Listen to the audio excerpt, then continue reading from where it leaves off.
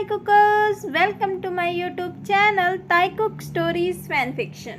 तो आज मैं आपके लिए लेके आई हूँ विदाउट यू। तो बिना देरी किए वीडियो स्टार्ट करते हैं।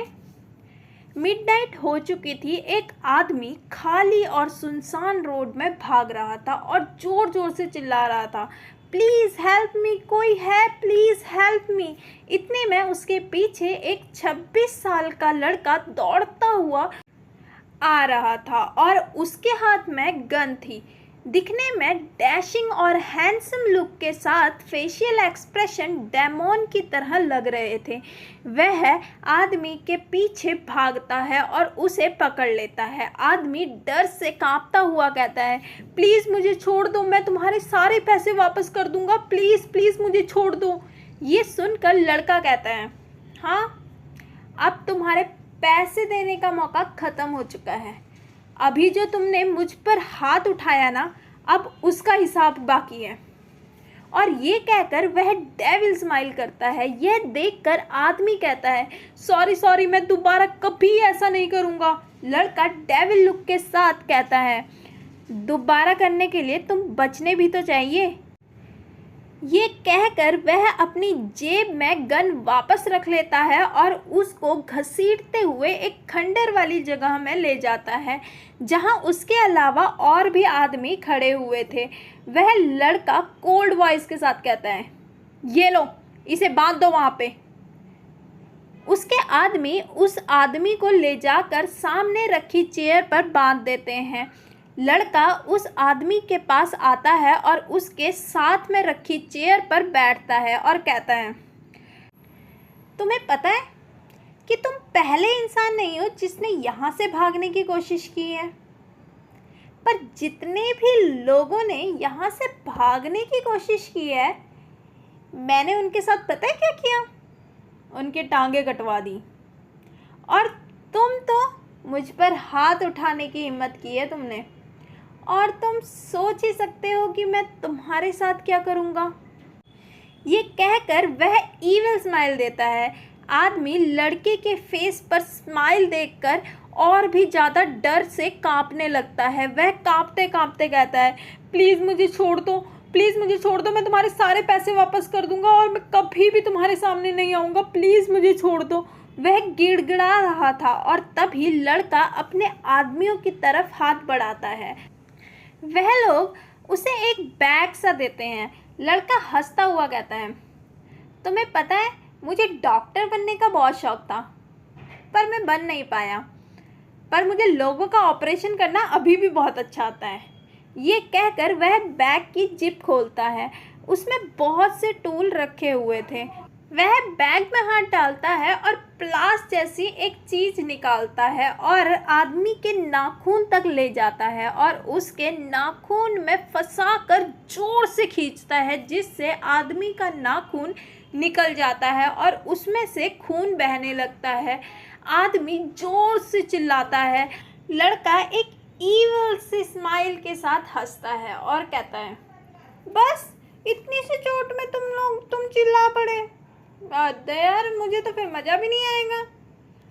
चलो बाकी ट्राई करते हैं।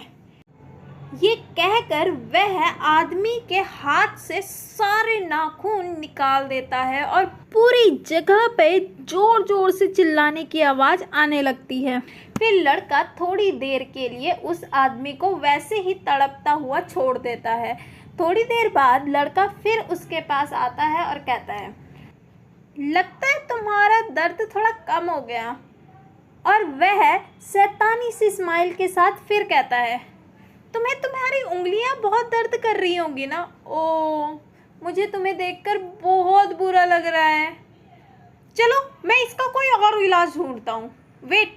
ये कहकर वह फिर से उस बैग में हाथ डालता है और उसमें से एक शार्प नाइफ निकालता है।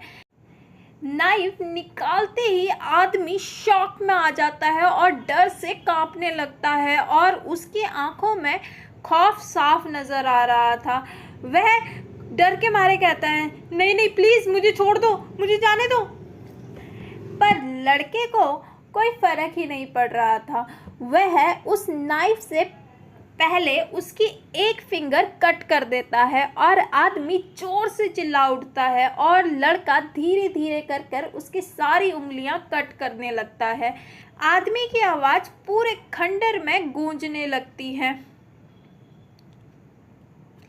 लड़का कहता है, चुप हो जाओ, अब मुझे तुम्हारी आवाज़ चुभने लग गई है।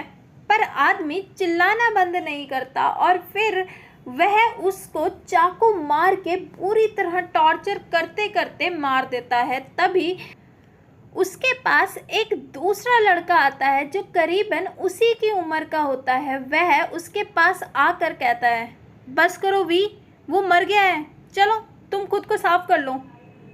वी खून से पूरा लथपथ हो चुका था। उसने एक साइको की तरह उस इंसान को बेरहमी से मारा होता है।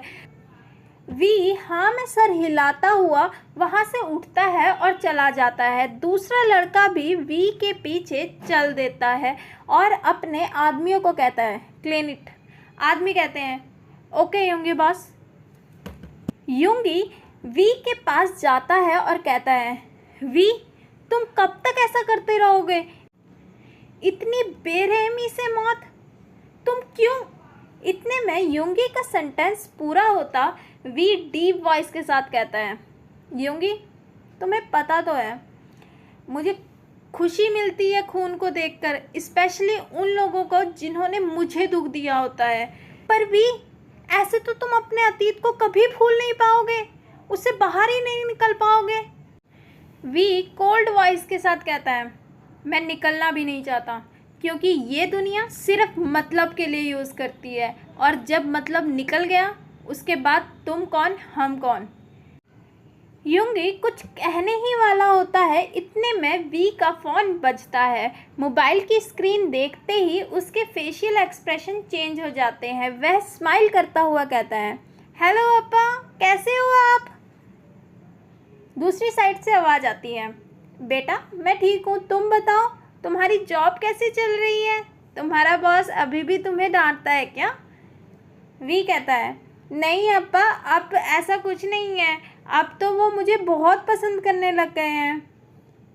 दूसरी साइड से आवाज़ आती है, अच्छा वैसे भी मेरा ताई इतना क्यूट है और इतना इनोसेंट है, कोई इंसान उससे ज़्यादा देर तक डांट ही नहीं सकता।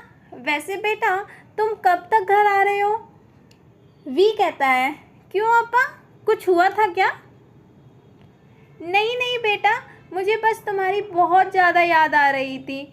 मैं घर में अकेला रहता हूँ ना, तो मुझे ये घर खाने को दौड़ता है और तुम भी 2 महीने से नहीं आए हो, तो मुझे तुम्हारी बहुत ज़्यादा याद आ रही थी और बहुत ज़्यादा फ़िक्र भी हो रही थी। वैसे तो तुम वीकेंड पर आ जाते थे, पर इन 2 महीनों में ऐसा पता नहीं क्या हो गया कि तुम आए ही नहीं। प्लीज़ ना इस बार वीकेंड पर आ जाना। अगर तुम्हारा बॉस छुट्टी नहीं दे रहा तो मैं उससे बात कर लेता हूँ।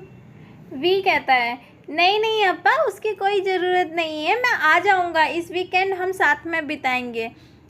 ओके ताई, पक्का आना। हाँ, मैं तुम्हारा फेवरेट किमची और स्ट्रॉबेरी शेक बना के रखूँगा, तुम आओगे ना?